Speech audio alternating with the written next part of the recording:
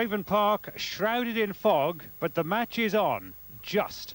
We needed a lengthy referee's inspection from Colin Morris of Huddersfield before he decided that Hull Kingston Rovers could indeed go ahead and play Castleford in the first round of the Regal Trophy here this afternoon. Long deliberations, discussions with the club officials, and then the decision.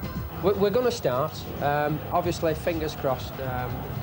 If it gets worse, I'm going to have to keep my eye on it throughout the game. But we're going to have a go. We're going to try and start as close to 2:30 as we can.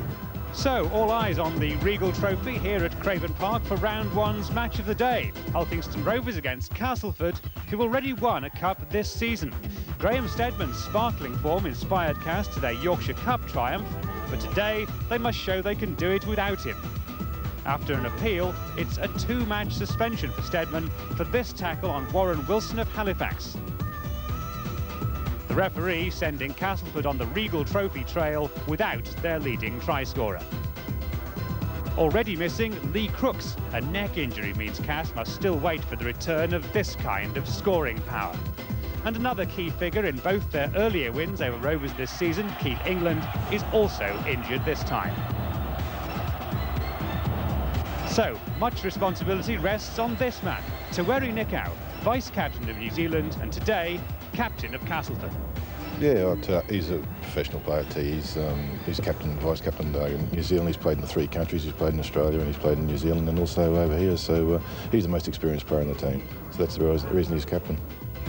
The opposing coach is new to the job, but not to Craven Park. George Fairburn, for so long a Rovers stalwart on the field, hasn't had an easy time off it.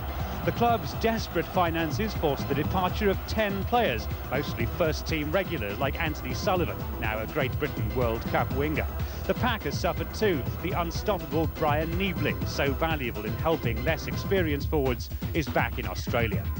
So, Fairburn's young Robins were given their head. There was no other choice. Lee Richardson fighting off the challenge of 3 other hookers. Gary Chatfield, an elusive scrum half. Mick Crane, only 20 at stand-off. Prop Chris Harrison, who's overcome a double broken leg. And winger Julian Barkworth, a rugby union convert. They've taken the task with the scruff of the neck and they've got stuck in. And they're playing individually as well as team. And the inexperience hasn't affected them too much? No, there's times that we've lost a lot of possession with inexperience, but they all want to play football, and they're all shown to me that they want to play. And George Fairburn has Zook Emma in his 13 for the first time in 2 months following a dislocated shoulder. Chris Harrison is back after missing last week's defeat at St Helens with Achilles tendon trouble. Brother Des moves to the second row, the two starting together for the first time. And at scrum half, it's David Bishop playing his first full game for Rovers for more than a year. Castleford bring John Ray onto the right wing for his first game of the season. Taweri Nikau is at loose forward after easing himself back from injury via the substitutes bench in last week's home defeat by Halifax. And Steadman's replacement is Ian St John Ellis, switching from the wing to his favourite position of fullback. Well, later we'll have Alex Murphy's Huddersfield against his old club St Helens and Rydale York against Sheffield Eagles, plus more pieces in our scrum-down jigsaw competition. But now we are going to be underway here at Craven Park, and it's Martin Ketteridge for Castleford kicking deep. Mike Fletcher, the Hull Kingston Rovers captain. And David Watkins, we're relieved to have a game at all this afternoon. The conditions really, compared to what they were an hour ago, not too bad. Well, they're not too bad at all now. Great drama before, and I hope the game has as much drama in it as we've experienced prior to the kick-off. Ball lost there by Hull Kingston Rovers just outside their own 25. Nikau feeding Neil Batty, driving forward, and an early penalty given by Colin Morris from Huddersfield, our referee this afternoon, who's had to make the decision whether the match should go ahead or not, and he will be in duty in France next week when France play Papua New Guinea, and he'll certainly hope for better conditions than he's seeing here this afternoon.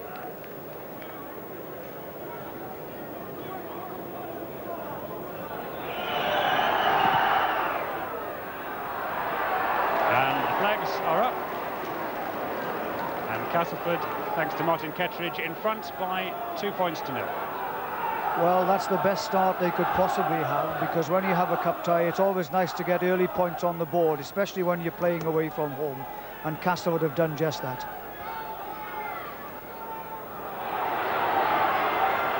Dean Sampson Making good ground for Castleford, bringing the ball almost out of his own 22. Andy Clark.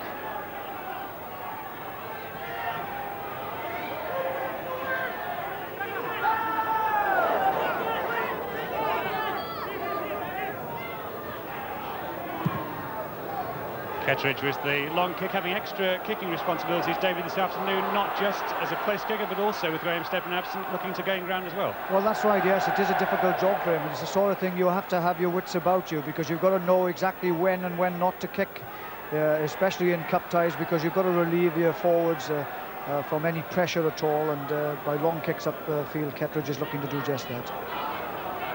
Bishop kicks long, testing Ellis, and a good catch by St John Ellis. Says he prefers playing full-back because he can run at a broken field and gets more involved. Well, he certainly got involved there. I think that is the case, actually. Full-back is a very exciting position to play these days, because you do have the foresight of seeing a broken field in front of you and knowing which option to take. And he certainly takes a lot of options. Dean Sampson.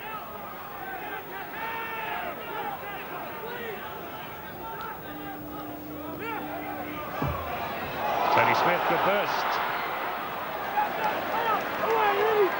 Sport not quite with him on that occasion. Now Mike Ford sizing up the options. Southernwood, Nick out. And Smith nailed by Lyman. And we're on the last tackle. Ford will kick. And straight down the throat of Julian Barkworth. The kind of powerful run that's already made him a favourite here in Hull Kingston Rovers colours. Rugby union convert. This time last year he was playing rugby union for Hull Ionians. And this is good play from Rovers. They've gained 50 yards. Good, strong, determined running. And offside. Spotted by Colin Morris. Signal quite clear.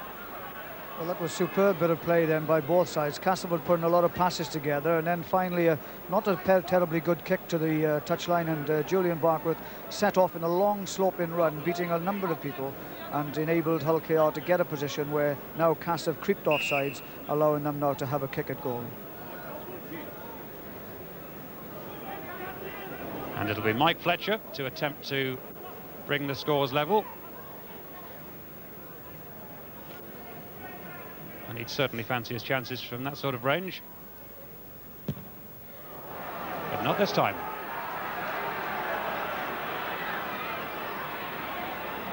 Stoke, Castleford still 2 points to the good. A disappointing start to Mike Fletcher's afternoon with the boot. Ketteridge on the burst. Seen plenty of him this afternoon. Sampson. Unmistakable figure even in the fog with his scrum cap. Southernwood.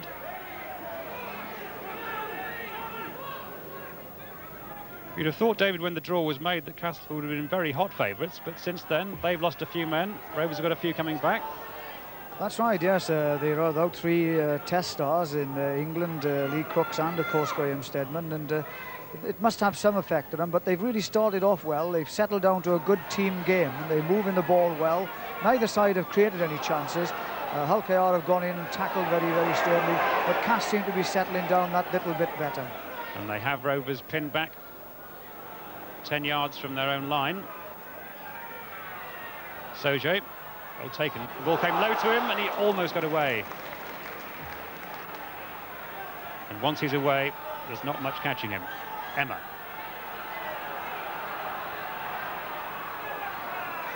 Bishop. And he certainly looked lively and eager for the action this afternoon. George Fairbairn, his coach, believes that the outings he's had, David Bishop, with Wales and with Humberside, both against Papua New Guinea, have sharpened his appetite.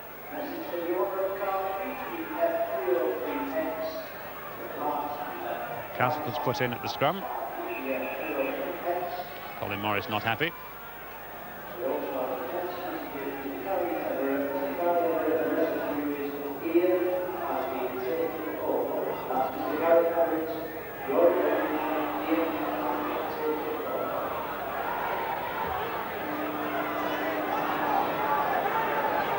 tall figure of Graham Bradley, the man who came from Penrith in Australia. Debbie Clark, tackled by McCarthy and by Thompson.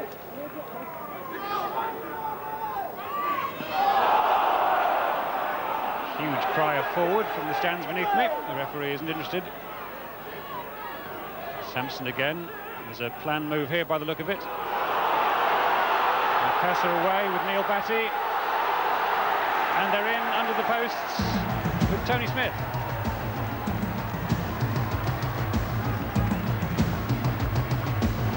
And the gap opened up. They'd clearly planned the move, and it worked to perfection, and the defence, as far as they was concerned, almost wasn't there. Well, they've certainly settled down quicker, and this was a fine rehearsed move here, because Ford went across the front of everybody. The man comes inside and really shakes off the attackers, but watch for the backing up of Tony Smith. What a superb run he had then to get to the ball and to score under the post. 8th try this season for Tony Smith, Great Britain under-21 international, and there should be no trouble at all for Martin Ketteridge to add on the 2 points after a quarter of an hour.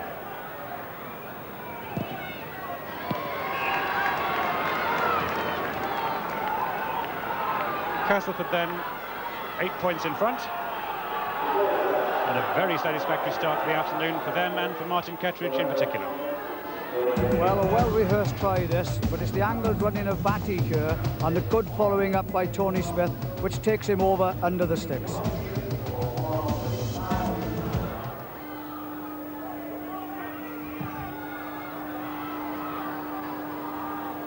Sampson, a little bit of football just to make sure. Fearsome sight running at you.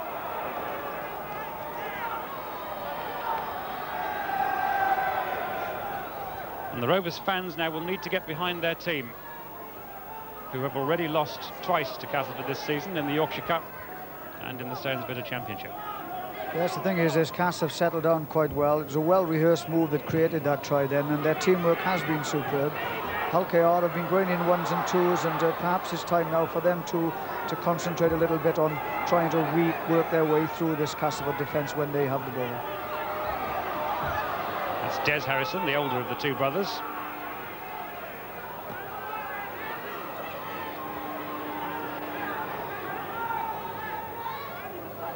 Lyman, important figure.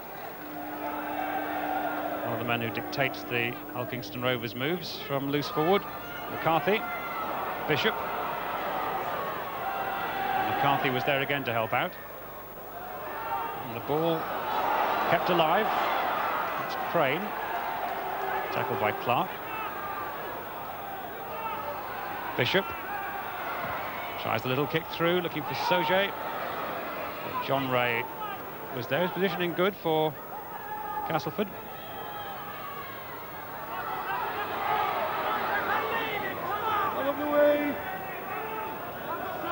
Certainly very, very hard for fans watching to see the details of the play on the far side. It was something that was concerning Colin Morris, but they've certainly all realised that Rovers have a penalty. An infringement at the play the ball, as Colin Morris makes perfectly clear. Well, that was a silly thing to do. They had to play the ball there. To even argue in that situation is bad discipline, to say the least, and it's given now Hull KR the opportunity to put it into touch as near to the line as they possibly can and to try and work their way through now this Castleford defence. 10 yards out then. Zukema taking it up. It's Chris Harrison. And they're only 5 yards out. Perhaps 4 yards. Bishop will dictate the options. Long pass, missing out Crane for Hallis. McCarthy, it could be an overlap. McCarthy may go all the way on his own. Troy McCarthy. And the man from Australia showing real power and confidence. Well, ill discipline gave him the penalty. From the penalty, they had the tap play the ball. Bishop's long ball didn't quite go to hand, but the way it was picked up here by Graham Hallis, and he superbly put the defence on the wrong foot by passing the other way. And then it was the strength, really, of Troy McCarthy to force his way over. Troy McCarthy, only his second try. His last one came last week against St Helens, so he's having a good time of it in mid-November. And this a more difficult kick for Mike Fletcher than the one he missed from the same side. And he was unlucky. It just didn't curl in the way that he'd planned. So Rovers back in the game. 4 points now the margin. I think what to watch for here, when Bishop passes the long ball, it doesn't go to hand, but when it's picked up by Graham Hallis, instead of running back into the opposition, he flung the ball back against the run of play, a result of which Troy McCarthy picked it up, the defence were caught flat-footed, and he went over. Nico, captain. Nico played a role in the Castleford try. He was the man missed out to fool the opposition. Dean Sampson.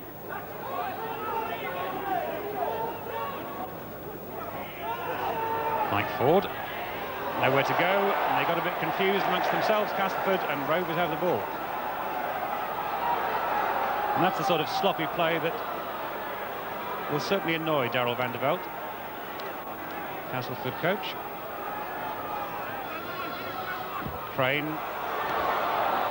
Andy Thompson, and Crane again, and he's got support from Hallis. And the cover tackling was good. But Rovers still with chances. That's Bishop.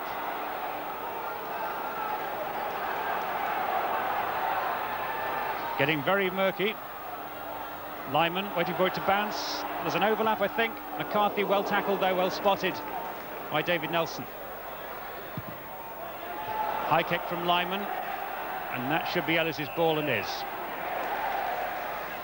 But Rovers, by the look of it, taking heart from their try.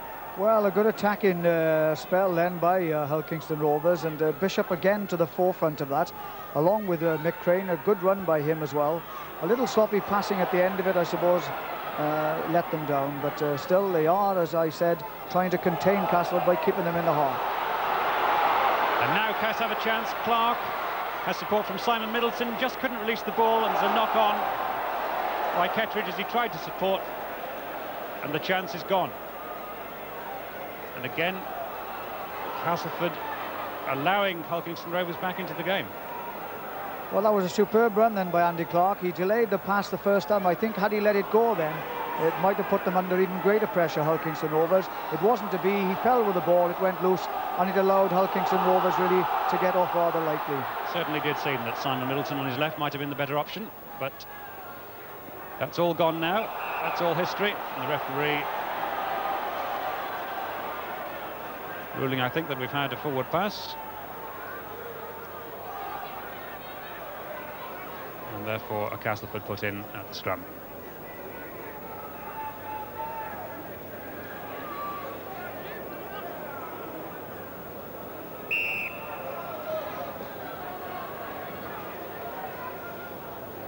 Well, interesting to note here that it was a penalty, because if you pass to a man in a forward position, you're obviously putting him off sides. And the referee, rightly so, now has awarded Castleford a penalty, which Martin Kettridge will attempt to convert. It's a fair old distance. Now, David, you were a goal kicker in your day. There's George Fairbairn watching the action. In your day as a kicker, would the fog have put you off? Would it have any effect on a kick of this distance? I don't think so, really. I think that they know how important it is, and they have to take all the opportunities they possibly can, because you don't get second chances, and this is a chance that he must try and capitalise on. 100% record so far, as you see. That's a very good effort indeed from Martin Kettridge, and that may give Castleford just the boost at a time when Rovers appeared to be coming back in the game somewhat. Yes, that was a superb kick for goal then. There was no doubt at all about it. The linesman ran in to watch it cross the crossbar, cross over the bar, and really that has put Cass in a very commanding position.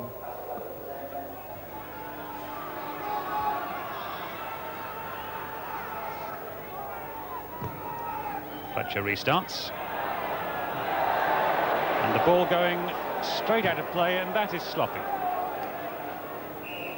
And certainly George Fairbairn on the Hull Kingston Rovers bench won't be at all happy with that kind of thing. There he is in the background there, slumped back with a beard, just when his team appeared to be coming back into the match. Yes, a silly forward pass which created the penalty, and of course straight flop to the kick-off. To do that really is cardinal, and they've been punished for it. Now it means that Cass are setting up play well inside Hull Kingston Rovers half. Sampson taking the ball forward.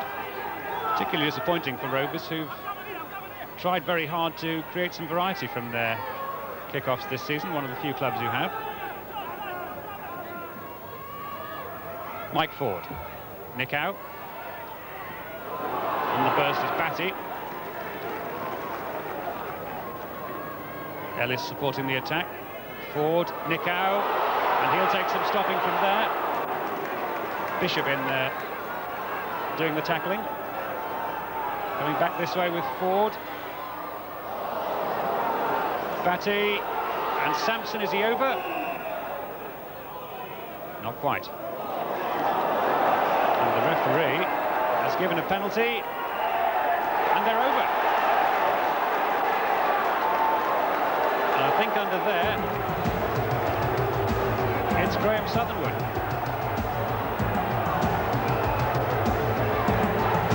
Well, plenty of controversy here. They were held up in the tackle. He awarded a penalty. He took it straight away, did Graham Southernwood, and the referee has awarded the try.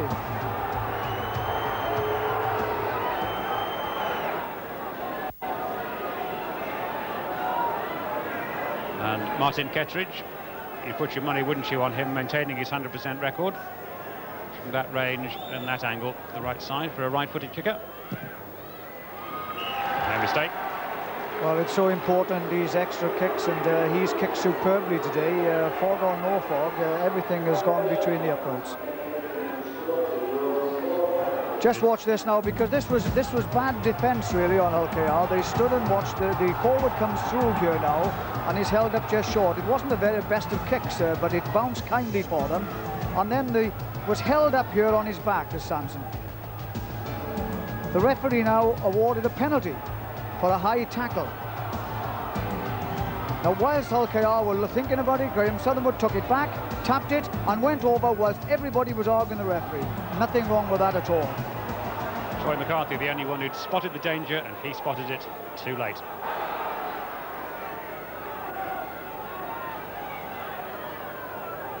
Ellis in the line.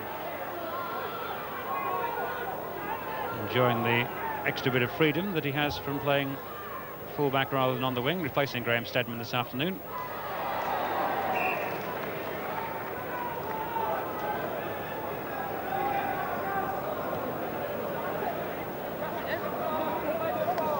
And as the half draws to a close, David, the pessimists, and there were plenty of them around who were suggesting that the game wouldn't finish, at the moment are looking to have been over-pessimistic. That's right, it doesn't seem too bad at all. In fact, there are times when the fog seems to be clearing completely.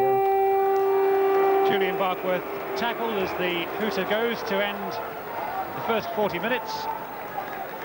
Dominated for the most part by Castleford. And Dean Sampson and his colleagues will be happy with the half-time score as they go in. Castleford 16 with tries from Smith and Southernwood, and 4 goals out of 4 from Martin Kettridge, as against just the 1 try bringing the 4 points for Hull Kingston Rovers. That's the half-time score. Join us again for the second half after the break. Come back to Craven Park, where Castleford lead by 16 points to 4 at half-time. Let's get a view from both camps by going down to the touchline and joining David Watkins. Well, the 16-4 at half-time, as good a start as you could have expected. Yeah, it's a good start for the lads. Obviously, I think there's a few things we need to tidy up on in the second half, but if we keep tackling the way we are doing, I think we should come away with a win. Well, you're well pleased with the defence so far anyway. They've tackled very well. Yeah, the lads have tackled really well. Obviously, you know, we've got to improve a little bit because they're a very enthusiastic side of OKR, and they're going to step the pace up a little bit in the second half. But obviously, if we keep his defence right, I think we shouldn't have any problems. Let's have the statistics from the first half. Castleford taking the scrums just by the odd one, and none so far against the head. 5 penalties conceded by each team, but Castleford, of course, taking greater advantage in terms of points. And the handling errors fairly high, but on a cold, foggy day, perhaps that's understandable. Just the 1 more conceded by Hull Kingston Rovers. And it's Castleford playing now from left to right as you watch, trying to make ground inside their own half. with Martin Getteridge. Dean Sampson.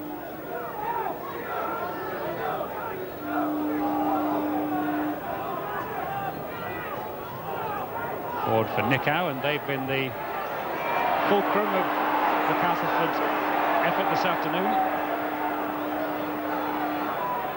Certainly the fog that we've had so far throughout the afternoon is still permitting the game to go on. No danger, I don't think, of it being called off at this stage, although the referee, I know, was concerned that as the afternoon wore on and darkness was added to the fog, we could still have problems. Keep our fingers crossed. Colin Morris, who was on Humberside last week, in fact, refereeing Hull against Swinton, and had rather better weather on that occasion.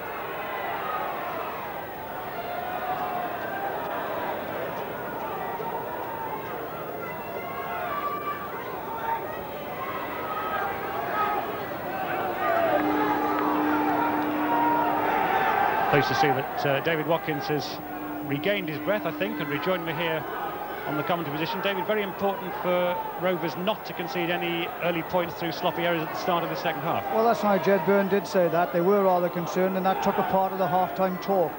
It is important now, of course, for them to get up in the Castleford half. They need an early score, and that really would put them into a good position. Mike Fletcher trying to make a lot of ground on his own and succeeding in doing so. McCarthy. Brought to ground by Batty. And the defence of the Castleford pack have been pretty solid so far this afternoon. St. John Ellis enjoying the chance to run.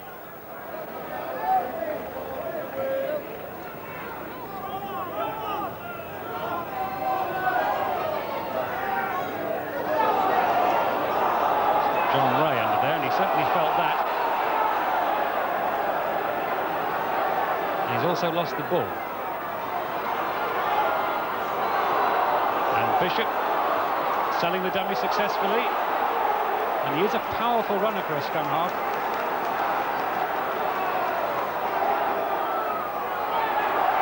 I'm sure not quite as fit yet still as he would hope to become after a long layoff.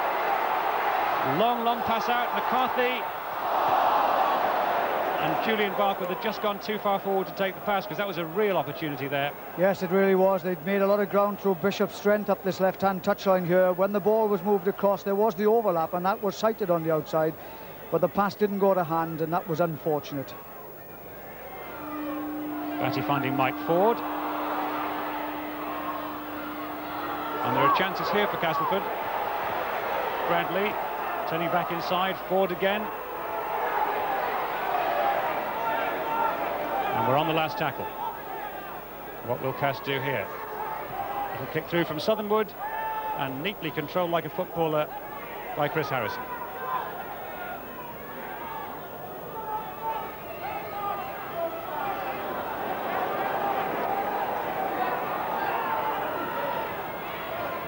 It's Des Harrison surging forward. Lost his shirt. Keeps his shorts on just.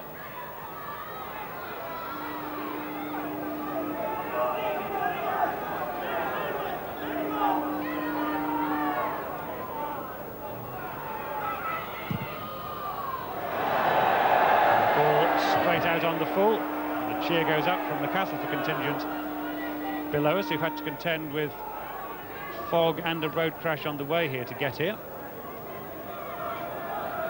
which also held up the referee.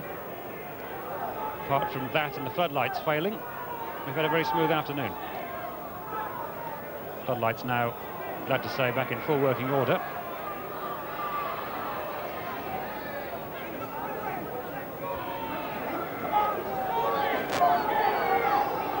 Acting halfback is Bradley.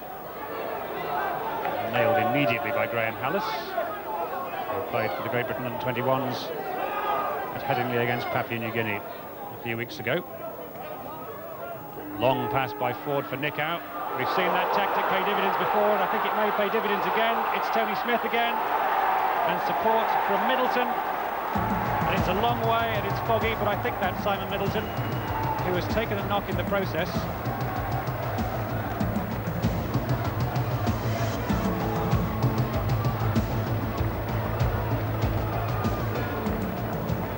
referee just concerned about the injury there, but the try will stand. Well, inevitable, I suppose. They've worked hard at it. They put more together in teamwork. And it's Nicow again there, who steps out of a tackle, steps around the man as well at the same time. A superbly drawn pass, and it's good hands, good backing up, and a good try. So, Martin Kettridge, who has a successful record behind him this afternoon. 4 kicks this week, 4 last week. Can he make it 5 this time? It's the Hulkingston Rovers' view. They won't enjoy that sight, as Castleford extend their lead to 22 points to 4. The difference between the two teams have been the inventiveness, really, of the people behind the scrum. And this again is Nicow, a long ball out by Mike Ford, steps out of the first tackle, dances round another tackle, but it's tremendous backing up by the whole line of 3/4, and the ball is passed from man to man to cross over for a try. The Hulkingston Rovers substitute, Gary Chatfield, has joined the action. We're just approaching the halfway mark in the second half.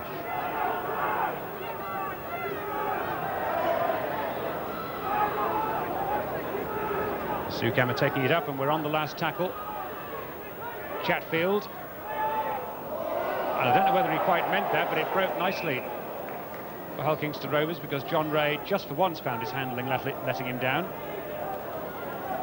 And if Rovers are going to come into it, you feel they have to do something from this position.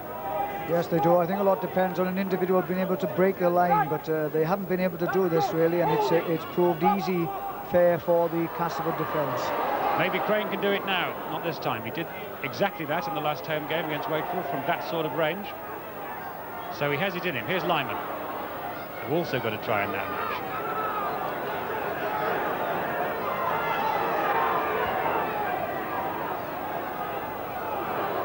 Chris Harrison trying to barge his way over. And they're only, what, 2 yards out?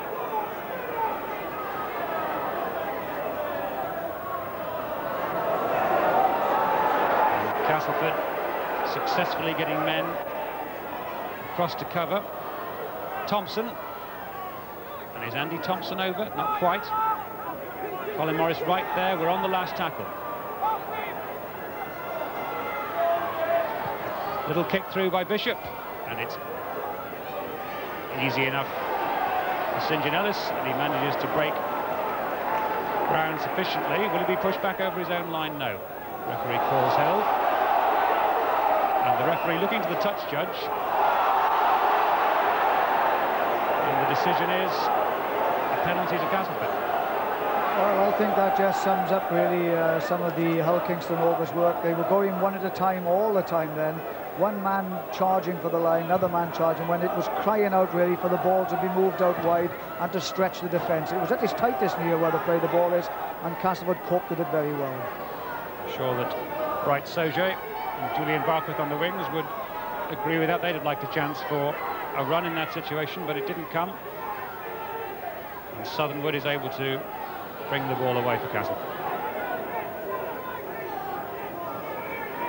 Another man who will be looking hopefully towards the tour of Australia, Graham Southernwood.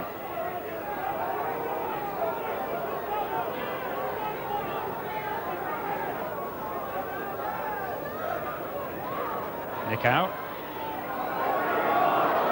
Patty finding Smith well, and the support inside. Good handling. The referee says the ball went forward. Marginal decision, but the referee was up with the play. And I think only that could have stopped Rovers from going further behind. Yes, there's much more imagination when the man goes, and Batty's had an exceptionally good game in the second row. He really has been a free running forward in that position, and he's created a number of opportunities, but that's good backing up again. Men either side of the ball carrier. Only a forward pass was to bring it all to a halt.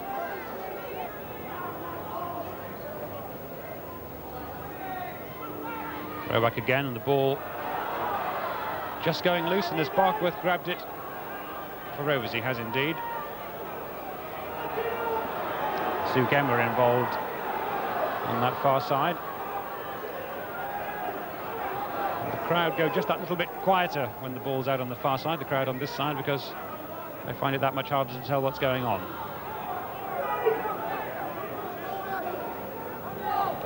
But the decision of Colin Morris to allow the game to go ahead certainly proved justified.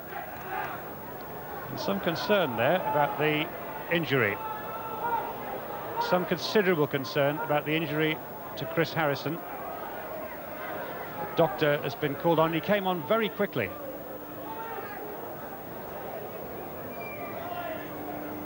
There's always a danger in these situations, of course, of having a bang and swallowing your tongue if you fall down unconsciously. There's certainly concern on the faces.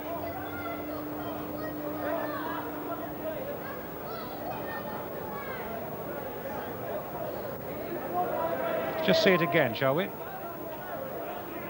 He's run in, as he has done all afternoon, with great effort, actually, and he goes into this situation knocked to one side there by two tacklers. And of course that's when the concern came, when the first official came up to him. He seems to be none the worse for it. But good to see that the responses were quick there. On most occasions, as happily on this occasion, all will be well. But no chances being taken, and rightly so.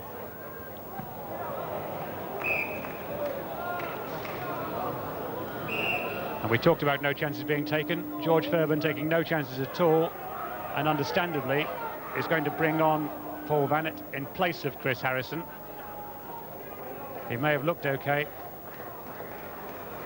but there is no point in taking any risks, and Chris Harrison will watch the rest of the proceedings. Yes, a wise decision that, to bring him off. Sympathetic applause.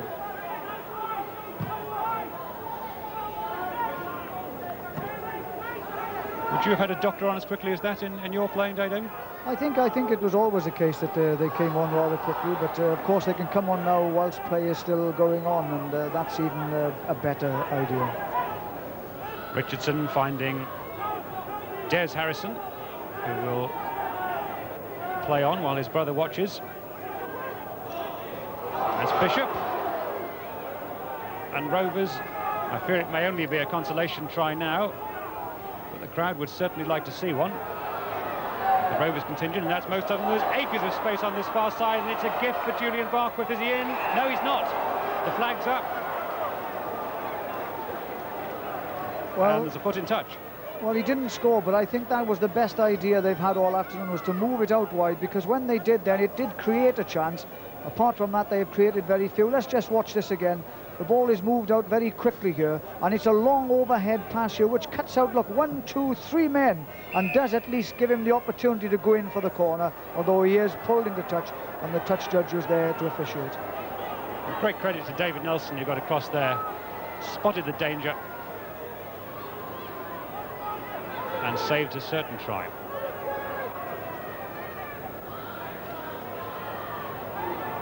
Maybe Rovers will have better luck on the other wing. McCarthy as the substitute, Paul Vanett, and from Cumbria, signed from Workington Town.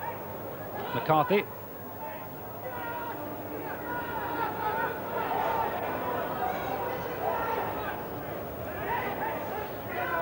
Just a couple of minutes left for Rovers to get themselves on the score sheet again. Des Harrison, still eager. And that's been one of the features of Rovers' play this season, that even in defeat, even in that huge defeat by 70-odd points at Halifax, they never gave up. And that's something that endears them to their supporters, and quite rightly so. Chatfield. Mike Fletcher, well taken off the bounce. McCarthy, is he in for a second try? It's Bright Sauget. And that was neatly done by McCarthy, slipped the ball inside, and credit to Sauget for the support. They've been so predictable, and we have said all along that to move the ball out would have been a far better option to have taken. Now, they've done it in the last few minutes. They nearly scored in the last time they did it. This time, it was Sauget who came inside to take the gift of a try. Right, Sauget, his parents fly in from Nigeria to see him play as often as they can. I trust they're not here today because they wouldn't have a wonderful impression of the Humberside weather. Here's Mike Fletcher, who's quite used to it.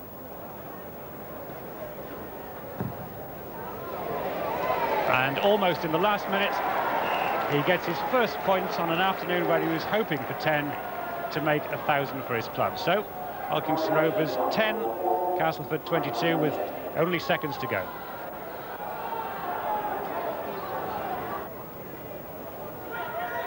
Very dangerous thing to say anybody's short of victory in any game of rugby league, but we've played 2 or 3 minutes already beyond the 80.